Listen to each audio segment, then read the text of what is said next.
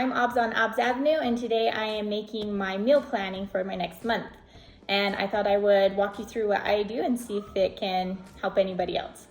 So the importance of meal planning is it makes your life so much easier and simpler to not have to go to the fridge an hour before dinner and be like, oh, what am I gonna make tonight?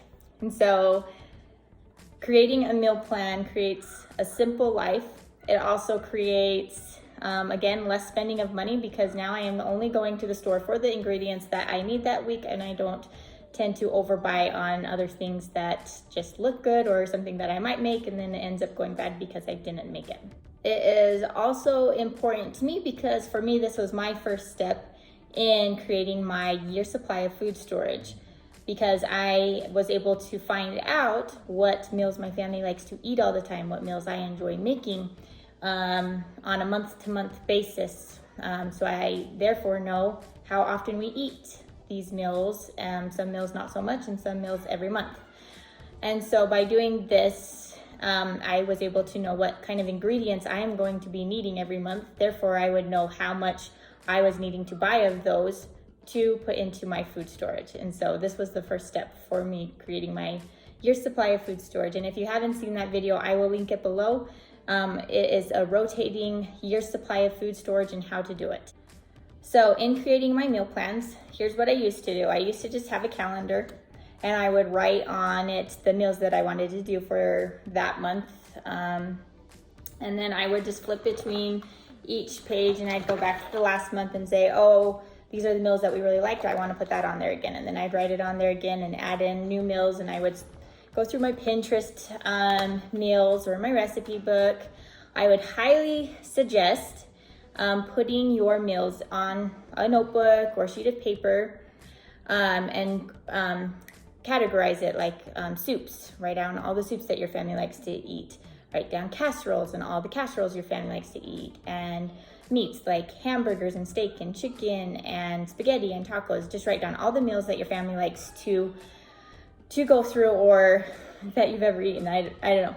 So what I like to do, I've actually found a new app for me anyways, and it is called Recipe Keeper. It connects to my computer, it connects to my phone and my iPad, and I can put all my recipes into it. So it's in one location. So I can take, you can take it from a website or Pinterest or something, and you just enter in the website and it pulls up the recipe and you copy it into your recipe folder, and then it will separate ingredients, it will separate directions and tag a photo in. I can also take a picture of my old recipes from my grandma or just a recipe book that I bought in. I take a picture of it and highlight my instructions, ingredients and directions, and I can tag a photo along with that too to make it easy to flip through. Here's what my app looks like. It's this little orange one right here called Recipe Keeper. And when it pulls up, I have all of my recipes in there. And so what I will go ahead and pull it on here to show you how I will make my recipe this month. Okay, so here is my app. This is what I am using on my iPad. You can also use it on your computer or your phone. When I like to make my calendars, I like to use an iPad that I have. And I also like to use my personal calendar on my phone so that I can see my own personal birthdays that I have that month or holidays that I need to be aware of or scheduling things that way. So if you look here, I have it separated in different types of courses. I have main dishes and breakfasts and desserts. And then I also have bread, sauces, and side dish. If you look in the middle of the screen, there is called categories. If I click on that, it just brings up the different categories I have that is within those courses. So that's kind of how you can move around and pick through the different recipes that you have loaded onto here. So I'm going to go ahead and use main dishes for my meal planning. So I'm going to click on that. Here I have it separated into those categories. And if you look down at the bottom of the screen in the middle, it says planner. this is where I'm going to put them into my calendar. And if you pull that up, you can see where your calendar is for the month and where the dates are.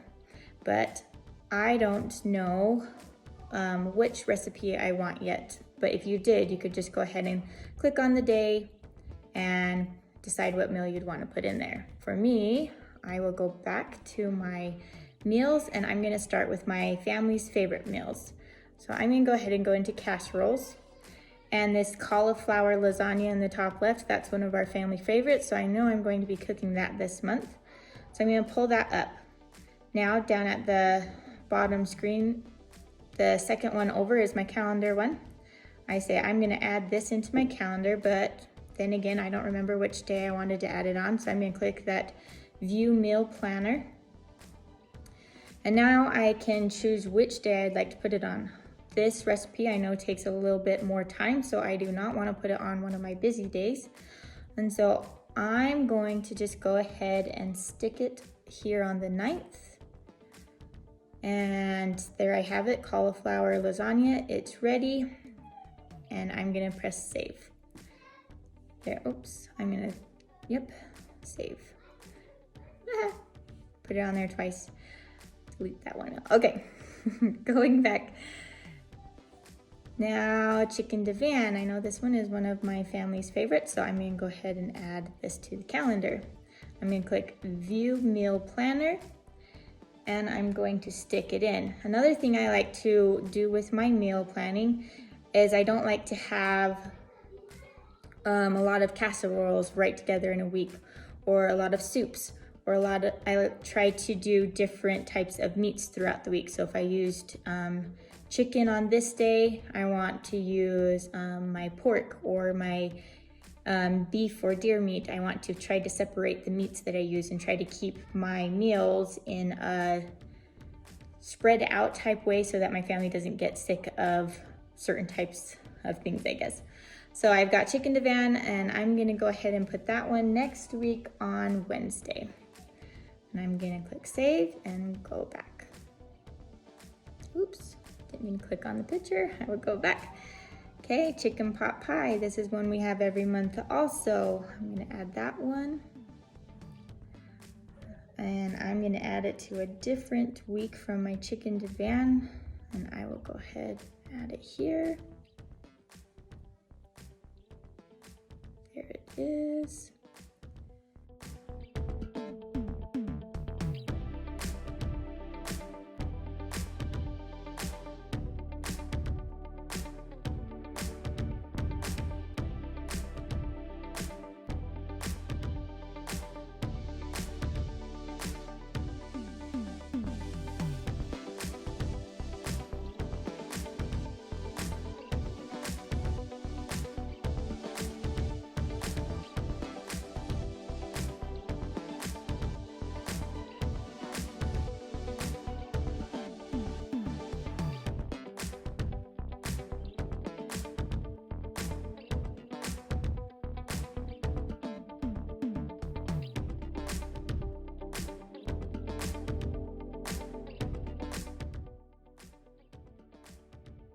Okay, so now I am done with putting my meals in. I left the weekend for Memorial Weekend open because we usually go camping or something on that weekend, so I left it open for now.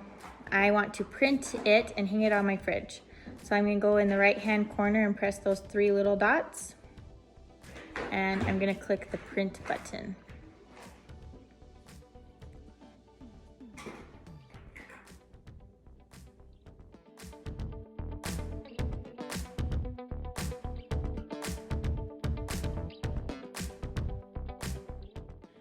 So with this recipe app, one of the things that's super important is to add all your recipes, even the meals that you don't use a recipe for. So like I don't use a recipe for steak or for spaghetti or those things, but I want to put them in there so that they are an option for me to remember to put into my calendar. And also I want to put ingredients so that I know what kind of things, again, to add to my food storage room. And also I can make my list when I go to the grocery store, what things I have or what things I still need. So anyways, add all your meals, whether you need a recipe or not, because you do need the ingredients and you do need a choice to add into your calendar. I hope that makes sense. So I am doing this on my phone, and what I'm going to do is I'm going to click that little plus sign that's at the top of the screen, and I want to add a new recipe. I can add one in manually, which is the top choice. I can import from a website, which is where I copy the website and then paste it in, or I can scan a recipe from a photo. This is what I'm going to do today. So I'm gonna choose, or actually I'm gonna take a photo today. Let's see if I can get a good picture. Okay, there's my recipe. Now I'm just gonna use this little thing here, and I'm gonna highlight, let's see. Sorry. Okay, what I'm gonna do is I'm going to highlight my ingredients right there. And then in the bottom right, I'm gonna put scan selection 2. And I've got title, serving size, prep time, cook time, ingredients, directions, notes, and photos. And these are my ingredients, so I'm gonna go ahead and click on that. Okay, that looks correct.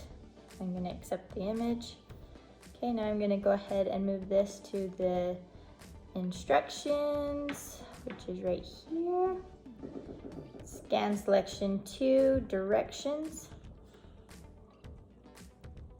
Looks good. Okay, and then in this recipe, I have different options of different types of muffins you can make. And I'm gonna add that to the notes part. I will accept. And my last thing is up here is my muffins. I'll go ahead and add that to the title. Okay, so now all the information has been edited into it for me. At the top is where all of my tabs are. Here's my overview. This is where I can put it into the category that I want to. So in courses, I'm gonna put it underneath breakfast. These are different categories I can do. As of right now, I don't want to categorize my breakfasts. Next, I have ingredients, and then the directions, and then over here I have photos. I don't want to use my recipe, so I'm going to remove that, and I'm going to add a photo from the internet. Okay, so now I'm going to add my photo. I'd already picked a muffin photo from the internet, so I'm going to go ahead and add it. Here it is, and now I can go ahead and click save. Now I've got my muffin, I've got my ingredients, my directions, my notes. If you have nutritions, you can add it, your photo, and your linked recipes. Thanks for meal planning with me. Don't forget to subscribe and check the links below, and watch for my next video, which will be come shop with me and check out bargain deals and see what my shopping week looks like. Until next time, bye.